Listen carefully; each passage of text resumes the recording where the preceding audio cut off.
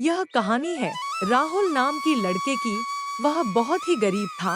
वह एक गांव में अपने बूढ़ी माँ के साथ रहता था, जो बीमार रहा करती थी। राहुल बहुत ही मेहनती और ईमानदार था। वह जो भी कमाता था, माँ के इलाज व दवाइयाँ में खर्च हो जाता था। इसलिए वह इस गरीबी से चिंतित होने लगे। हे भगवान, आखिर कब मेरी जिंदगी बदलेगी?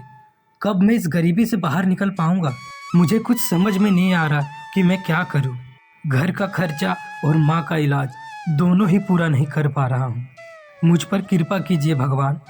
एक दिन एक गांव वाले ने राहुल से कहा, राहुल, तुम्हें पता है पास के गांव कमलपुर में एक चमत्कारी बाबा आए हुए हैं, जो सबके सवालों का जवाब देकर उनकी परेशानियों को दूर कर रहे हैं। नहीं भैया, मुझे नहीं पता। अगर ऐसा है तो मुझे वहाँ जाना चाहिए। हाँ हाँ, जरूर जाओ। मैं भी वहीं से आ रहा हूँ। बहुत ज्ञानी बाबा है। जय हो बाबा जी की।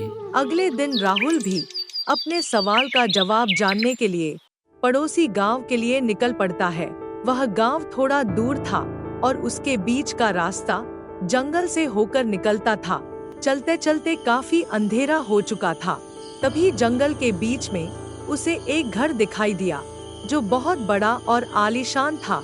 राहुल उस घर के पास पहुंचा और उसने दरवाजा खटखटाया। दरवाजा खटखटाने पर उस घर का मालिक बाहर आया। जी कहिए, आपको किससे मिलना है? श्रीमान, मेरा नाम राहुल है। मैं पास के गांव कमलपुर जा रहा था, पर रात होने की वजह से अभी आगे जाना सुरक्षित नहीं लग रहा। तो क्या मैं आज रात आपके घर रुक सकता हूँ? घर का मालिक राहुल की परेशानी को देखते हुए उसे अपने घर में रुकने की इजाजत दे देता है। अगली सुबह घर का मालिक राहुल से पूछता है, तुम उस गांव में किससे मिलने जा रहे हो?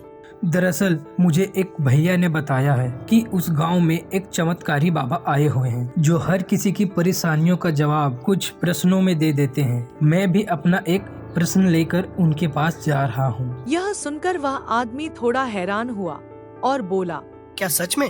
अगर ये बात सही है तो क्या तुम उन बाबा से मेरा भी एक सवाल पूछ सकते हो? जी हाँ, आपने मेरी इतनी मदद की, क्या मैं आपका इतना भी मदद नहीं कर सकता?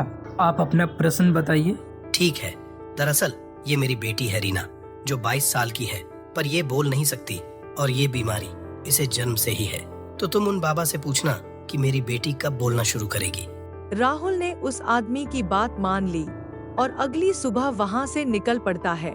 कुछ दूर चलने पर उसे रास्ते पर एक बूढ़ा जादूगर मिला, जिसके हाथ में एक जादू की छड़ी थी। उस बूढ़े जादूगर ने राहुल को रोककर पूछा, बहुत दिनों बाद किसी को इस रास्ते से जाते हुए देख रहा हूँ। तुम कहाँ जा रहे हो बेटा? बाबा, मैं एक चमत्कारी संत से अपने सवाल का जवाब जानने के लिए पास के गांव कमलपुर में जा रहा हूँ। बेटा, उस महात्मा के दर्शन तो मैं भी करना चाहता हूँ, पर क्या करूँ? बूढ़ा होने के कारण मैं वहाँ जा नहीं सकता। पर अगर तुम वहाँ जा रहे हो तो क्या तुम उस महात्मा से मेरा भी एक प्रश्न पूछ लोगे? ठीक है बाबा, मैं आपका भी एक प्रश्न पूछ लूंगा। आप अपना प्रश्न बताइए। बेटा, मैं अकेला हूँ और इस बुढ़ापे से थक चुका हूँ।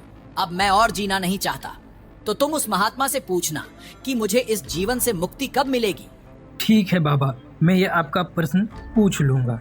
राहुल उस जादूगर की बात मानकर आगे बढ़ जाता है। थोड़ी दूर और जाने पर बीच रास्ते में उसे बड़ा सा एक सांप दिखाई देता है, जो बहुत गुस्से में था। सांप राहुल को देखकर मन में सोचने लगता है, क्या ये वही सपेरा है जिसने मेरे बच्चे को चुराया है? आज मैं इसे जिंदा नहीं छोड़ूंगा। ठहरो, कौन हो तुम और कहाँ जा रहे हो? हे नागदेव, मेरा नाम राहुल है और मैं पास के गांव कमलपुर में एक चमत्कारी बाबा से अपना प्रश्न पूछने जा रहा हूँ। राहुल उसे चमत्कारी बाबा के बारे में बताता है और सांप भी राहुल को उस बाबा से अपना एक प्रश्न पूछने के लिए बोलता है। तुम उन बाबा से मेरा भी एक प्रश्न पूछ लेना कि मेरा बच्चा मुझे कब वापस मिलेगा, जिसे वो सपेरा उठाकर ले गया है। राहुल उस सांप की बात को भी मानकर वहाँ से चला जाता है। कुछ देर बाद राहुल उस चमत्कारी बाबा के पास पहुँचता है और बाबा को प्रणाम करता है। बाबा राहुल की तरफ देखते हैं और कहते हैं, बेटा, तुम्हारे प्रश्न पूछने से पहले मैं तुम्हें बता दूं कि तुम मुझसे केवल कोई 3 ही प्रश्न पूछ सकते हो।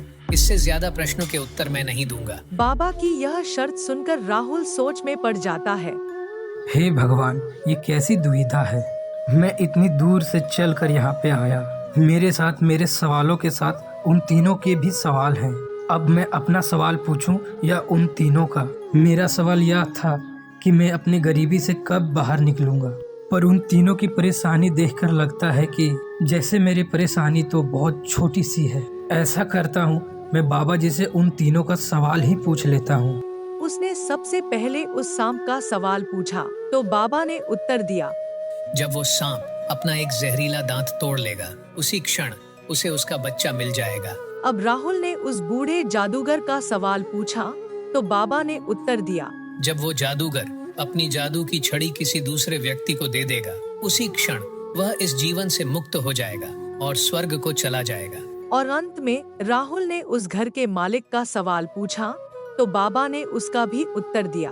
बेटा, जब उस व्यक्ति की बेटी को उसका जीवन साथी मिल जाएगा, उसी क्षण वह भी बोलना शुरू कर देगी। तीनों उत्तर मिलने के बाद राहुल ने उस चमत्कारी बाबा को प्रणाम किया और तीनों प्रश्न का उत्तर लेकर उसी रास्ते से लौट जाता है। रास्ते में सबसे पहले उसे सांप मिला। राहुल ने सांप को बाबा के द्वारा दिए गए उसके प्रश्न का जवाब दिया और उसे एक अपना दांत तोड़ने को कहा।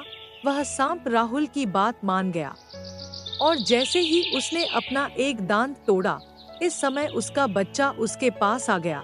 यह देखकर राहुल बहुत खुश होता है और वह वहां से आगे बढ़ जाता है। आगे चलकर वह उस बूढ़े जादूगर से मिलता है और उसे बताता है, बाबा, आपको यह छड़ी किसी दूसरे व्यक्ति को देनी होगी, तभी आपको इस जीवन से मुक्ति मिलेगी और आप स्वर्ग जा पाओगे। वह बूढ़ा जादूगर जैसे ही अपनी छड़ी राहुल को देता है, तभी उसे उसकी जीवन से मुक्ति मिल जाती है और वह स्वर्ग चला जाता है। यह देखकर राहुल बहुत खुश होता है और वह आगे बढ़ जाता है। अंत में राहुल उस अमीर आदमी के घर पहुंचता है और उसे बताता है, आपके उस सवाल का जवाब ये है, जब आपकी बेटी का जीवन साथी मिल जाएगा, तभी से वह बोलना शुरू कर देगी। यह सुनकर वह आदमी बहुत खुश हो जाता है और तुरंत राहुल से अपनी बेटी की शादी करने का प्रस्ताव रखता है, क्योंकि राहुल दयालु और ईमानदार था और राहुल उस आदमी की बेटी से शादी करने के लिए तैयार हो जाता है। और जैसे ही उस लड़की का जीवन साथी मिला, वह बोलने लगी और उस दिन के बाद से राहुल की पूरी तरह से जीवन बदल गया। अपना खुद का प्रश्न उस चमत्कारी बाबा से पूछे बिना ही उसकी सारी परेशानियों का अंत हो गया और वह खुशी खुशी रहने लगा।